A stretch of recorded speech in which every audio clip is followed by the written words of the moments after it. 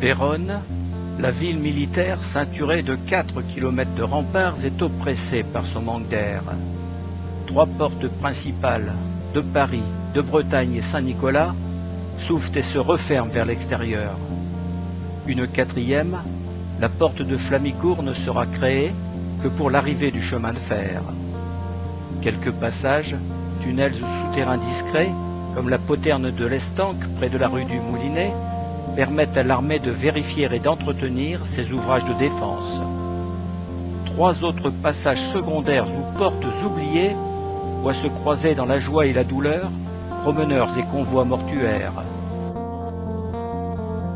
Ce sont ces 3 passages oubliés, jadis situés dans le même secteur, sur l'actuelle rue Georges Clemenceau près de la Caisse d'Épargne, qui nous intéressent dans ce document.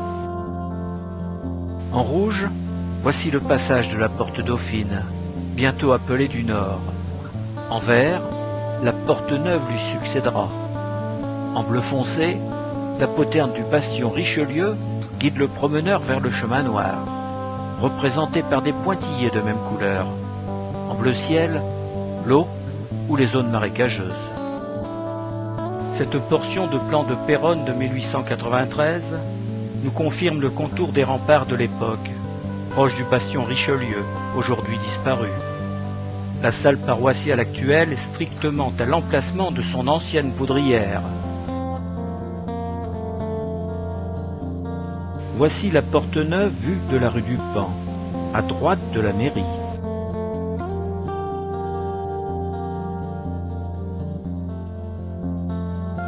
La rue du Pan, passage de la porte Neuve, est surmontée d'une butte de terre appelée le Mont du Pan, où des fêtes patriotiques ont été célébrées lors de la Révolution française. Sous ce monticule se trouve aussi une glacière très ancienne.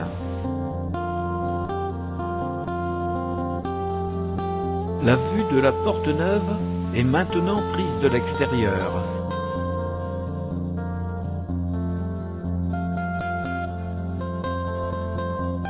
La porte Neuve a été percée vers 1835 lors des derniers renforcements des défenses de la ville, à la même époque que la création de la porte Saint-Nicolas moderne.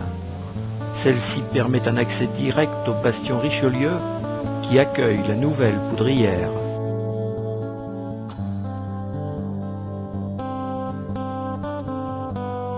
Vue intérieure de la poterne du bastion Richelieu.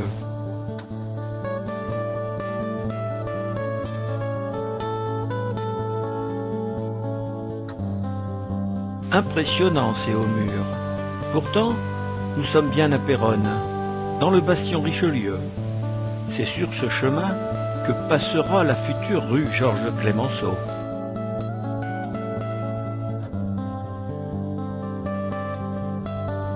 Vue extérieure de la poterne du bastion Richelieu.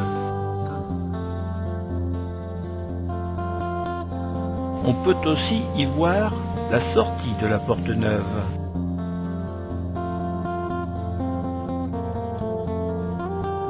C'est par cette étroite poterne que nous quittons la ville à travers les glacis des fortifications pour emprunter le chemin noir.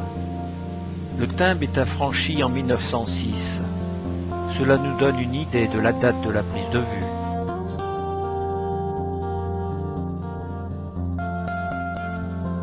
Vue sur le chemin noir, sur le petit pont et vers la muraille du bastion Richelieu.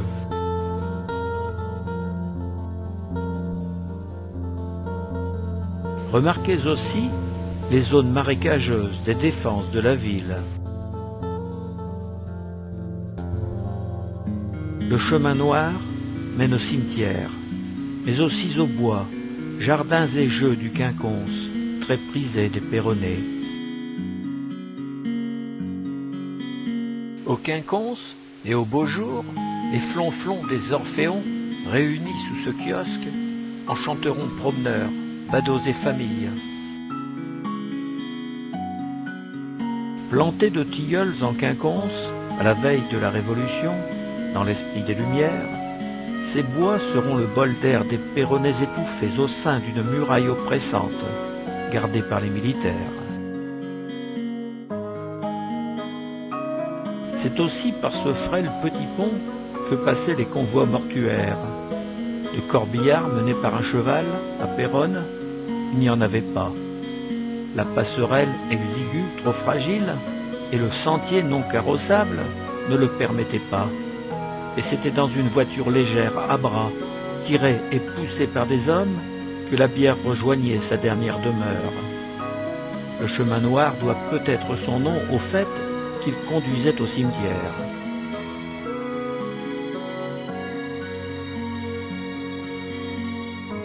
Qu'il est beau le chemin noir sous la neige.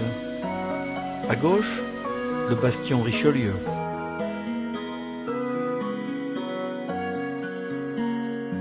À partir de 1903, débute le démantèlement de la ville. Lors de la démolition de la muraille, on découvre la porte Dauphine, oubliée depuis 60 ans. La poterne du bastion Richelieu est bien visible sur cette photographie.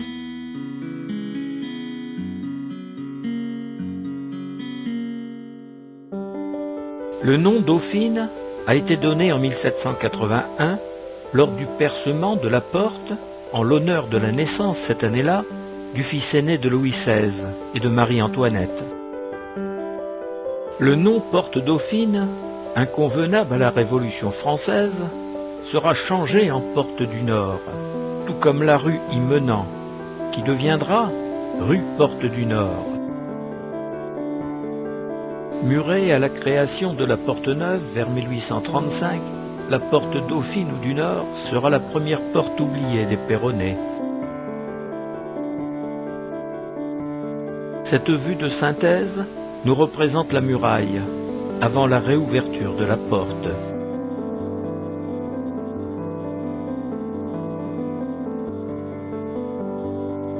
Une autre vue plus ancienne du bastion Richelieu en cours de démolition, où l'on voit encore la poterne de ce même bastion, nous présente le mur du corps de place intact.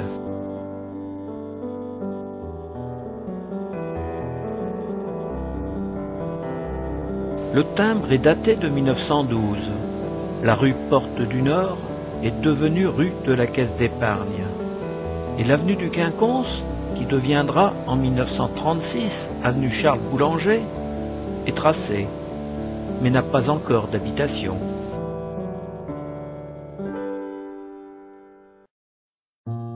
Tout a été nivelé. Les murailles majestueuses ont été renversées dans les fossés et marais. Il ne reste plus rien du bastion Richelieu. La poudrière a été démolie et l'on a construit à son emplacement une école libre de garçons. Détruite pendant la guerre 14-18, elle sera remplacée par une salle paroissiale. C'est là que se situait jadis la porte Dauphine ou du Nord, et ici, la porte Neuve.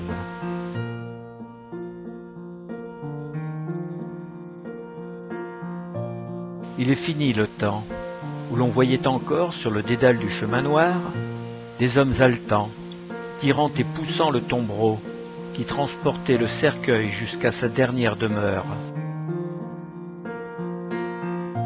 La montée en ligne droite du convoi mortuaire dans la large avenue du Quinconce est maintenant empruntée par un corbillard tiré par un cheval. Depuis le déclassement de la ville militaire, les remparts caducs ont été démantelés, renversés pour combler les fossés inondés. La vaste zone ainsi libérée va permettre l'expansion de la ville, et c'est tant mieux. Que reste-t-il des 4 km de ceinture de remparts? Seul le secteur de la porte de Bretagne et quelques arpents de murs près de la porte de Paris subsistent. Effacé le passage complexe de la porte Saint-Nicolas près du château. Effacé la tardive porte menant à la gare. 3 petites poternes ou portes annexes figuraient aussi sur les plans anciens. Mais où étaient donc dans ce nouveau Péronne rebâti ces petites portes oubliées? Voici où se trouvait la porte Dauphine ou du Nord, placée sur le cadastre actuel. C'est au croisement de la rue de la Caisse d'Épargne et de la rue Georges Clemenceau.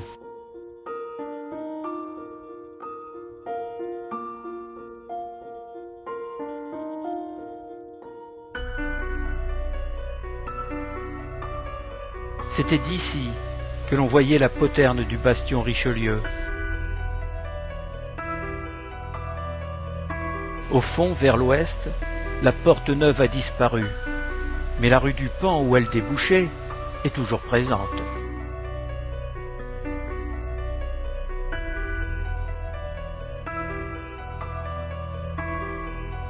Impressionnante cette muraille.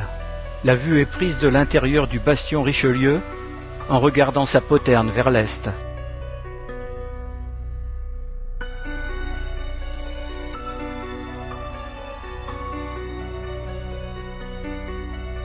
Avant de conclure sur les portes oubliées, il nous faut signaler une dernière issue. Un petit souterrain bien mystérieux. La poterne de l'Estanque, ou de l'étang.